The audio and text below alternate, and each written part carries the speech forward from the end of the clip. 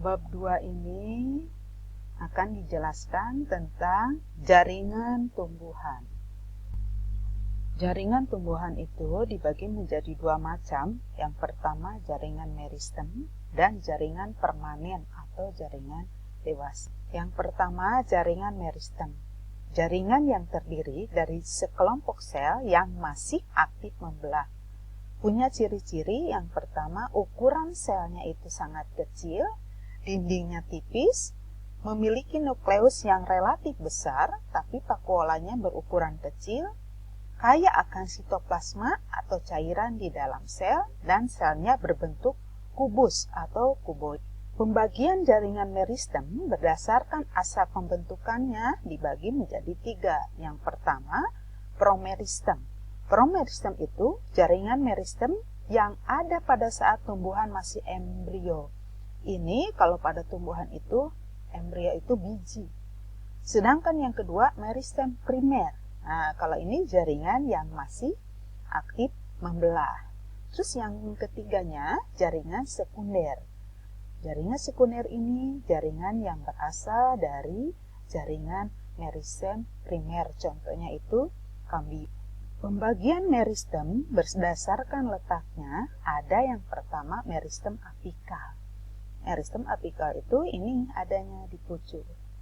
Yang kedua meristem lateral. Jadi adanya itu di samping kalau lateral. Terus yang kedua meristem interkalar. Kalau interkalar itu di antara, nanti dijelaskan. Yang pertama meristem apikal. Ini ditemukan pada ujung akar atau ujung batang. Nah ini dia itu bertanggung jawab untuk penambahan tinggi atau panjang akar dan batang. Ujung akarnya memiliki tudung akar dengan daerah pemajangan dan diferensiasi. Diferensiasi itu perubahan bentuk. Gitu ya. Ujung batang memiliki meristem apex seperti kubah sebagai tambahan pada primordia daun dan primordia pucuk yang akan melindungi meristem apex. Ini ya. Jadi ini contohnya ujung akar ini di sini ya, ujung akar di sini ada tudung akar atau apikal meristem ya, akar. Ada juga primer meristem ini gitu ya. Terus ini di ujung batang gitu. Ini di ujung batang. Jadi adanya itu di ujung batang dan ujung akar. Ini meristem apikal. Nah, yang kedua meristem lateral. Meristem ini menyebabkan organnya itu bertambah lebar ke arah lateral. Ya, contohnya ini kambium pembuluh, ya, lapisan sel yang membentuk silinder tipis di sekeliling batang atau cabang, ya, atau dan akar. Terletak di antara jaringan kayu dan kulit kayu yang menghasilkan kayu untuk penguat tumbuhan. Gitu, ya. Menghasilkan kulit kayu atau kulit batang. Ini kambium pembuluh.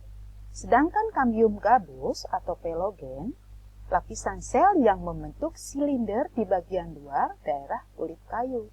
Nah, ini menghasilkan lapisan pelindung tumbuhan, ini dinamakannya gabus gitu ya. Bisa dilihat pada pohon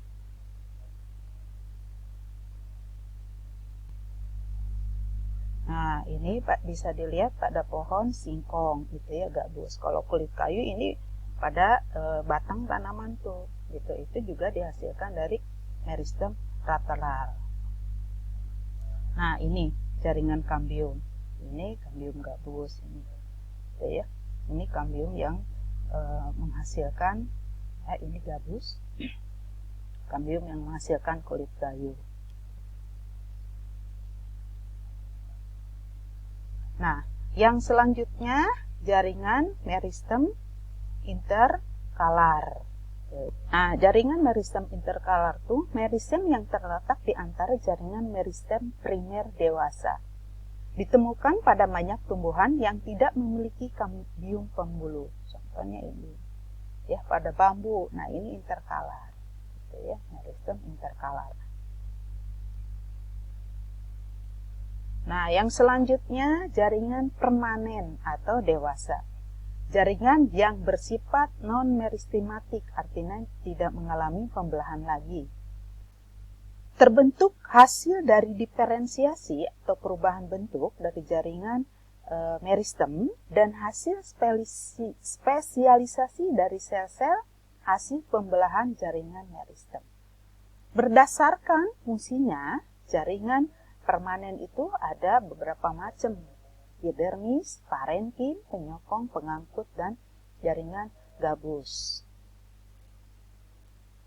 Jaringan epidermis ini jaringan yang terletaknya paling luar pada setiap organ tumbuhan. Ini terdiri dari sel-sel yang hidup, berbentuk persegi panjang, selnya rapat, ya, jadi tidak memiliki ruang antar sel. Tidak memiliki klorofil, dinding sel bagian luar yang berbatasan dengan udara mengalami penebalan, sedangkan bagian dalamnya itu tipis, mampu membentuk derivat jaringan. Ya, contoh derivat jaringannya itu dari jaringan epidermis itu ini, ya. Nah, ini derivatnya, gitu ya. Nah, contohnya stomata, ini pada mulut daun, trikoma, itu ya bulu-bulunya, terus spina, gitu ya. Spina itu duri, dan kersik. Kersik itu lapisan yang melapisi bambu, gitu. Ya, pohon bambu. Nah, yang kedua itu jaringan parenkim. Jaringan parenkim adalah jaringan dasar yang ditemukan pada hampir semua bagian organ tumbuhan.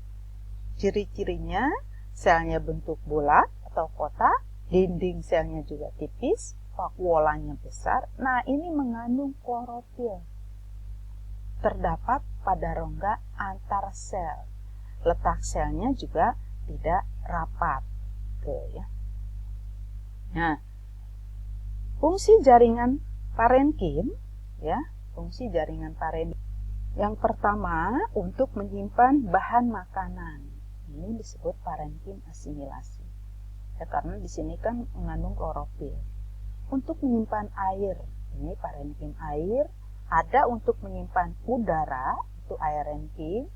Ada untuk memperbaiki jaringan yang rusak, itu parenkim penutup luka. Untuk transportasi, ini parenkim pengangkut. Untuk fotosintesis, itu mesofil palisade dan spon. Yang selanjutnya, jaringan penyokong. Jaringan penyokong itu jaringan yang berperan untuk menunjang bentuk tumbuhan agar dapat berdiri dengan kokoh. Fungsinya menguatkan tegaknya batang dan daun, melindungi biji, memperkuat jaringan parenkim yang menyimpan udara, terus melindungi berkas pengangkut atau vaskuler. Nah, jaringan parenkim itu dibedakan menjadi dua. Yang pertama, kolenkim, ya.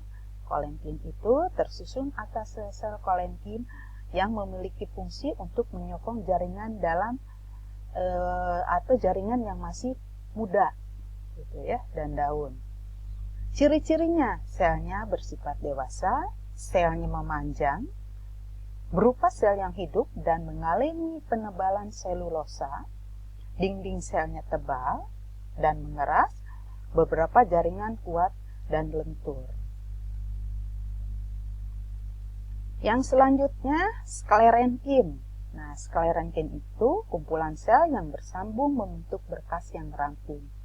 Cirinya, selnya mati karena tidak memiliki protoplasma.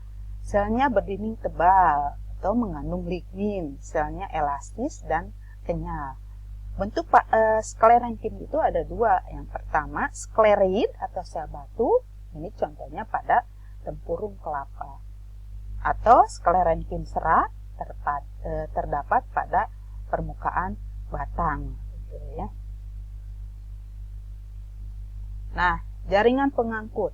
Jaringan pengangkut itu jaringan yang mengangkut air dan unsur hara serta mengedarkan zat makanan hasil fotosintesis. Ada dua, jaringan xilem dan floem. Ya, kalau xilem itu selnya tersusun dari trakea juga parenkim xilem. Trakea terdiri dari deretan sel yang memanjang dan saling berlekatan. Berdinding sel dari zat lignin, fungsinya menyalurkan air dan unsur hara dari akar ke seluruh tanaman. Nah, ini bentuk xilem, gitu ya. Coba lihat, ada seperti penyaring ini. Ini xilem, gitu ya. Ini floem di luar dan xilemnya itu di dalam, gitu ya.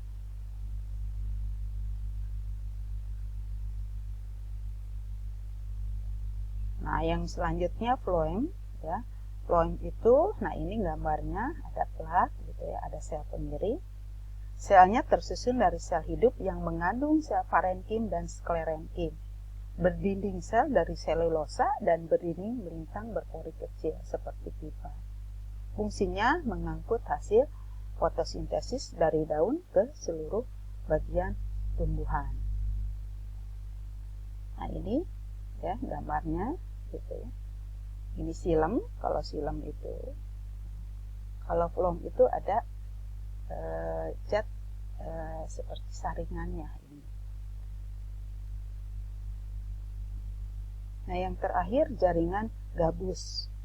Jaringan yang tersusun dari sel-sel parenkim gabus, bentuknya memanjang, gitu ya, bentuknya memanjang dengan jaringan dinding bergabus, fungsinya melindungi jaringan lain yang berada di bawahnya dari kekeringan dan gangguan mekanik. Ini gabus, kortek dilindungi, gitu ya, bagian dalamnya itu. Ada tumbuhan dikotil, kalau gabus itu ke arah dalam merupakan sel hidup, ya, ke arah dalam itu sel hidup, ke arah luar merupakan sel-sel mati.